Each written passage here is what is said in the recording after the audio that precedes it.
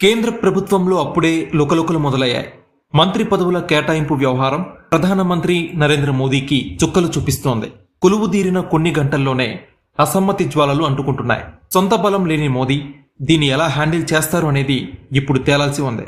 టీడీపీకి చెందిన ఎంపీల్లో కింజరపు రామ్మోహన్ నాయుడుకి పౌర విమానయానం, పెమ్మసాని చంద్రశేఖర్కి గ్రామీణాభివృద్ధి శాఖ సహాయ మంత్రి పదవి దక్కింది. ఈ రెండూ కూడా టీడీపీకి విమర్శల్ని తెచ్చిపెడుతోంది. ప్రత్యేకించి రామ్మోహన్ నాయుడుకి కేటాయించిన పౌర విమానయానం శాఖ.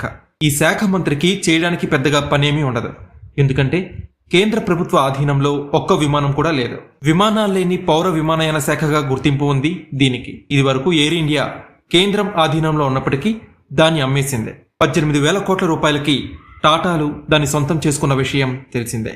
అప్పటి నుంచి ఈ శాఖ అప్రాధాన్యత కేటగిరీ కిందకి వెళ్లిపోయింది. ప్రైవేట్ విమానయాన సంస్థ కార్యకలాపాల్ని పర్యవేక్షించడమే దీని ప్రధాన విధి. పైగా అది చూసుకోవడానికి కూడా ప్రత్యేకంగా directorate general of civil aviation ప్రత్యేకంగా ఉంది. ఈ నేపథ్యంలో ఈ శాఖలో పెద్దగా పనులేవీ ఉండట్లేదు. అలాంటి శాఖ టీడీపీకి కేటాయించడం పట్ల విమర్శలు వ్యక్తమవుతున్నాయి.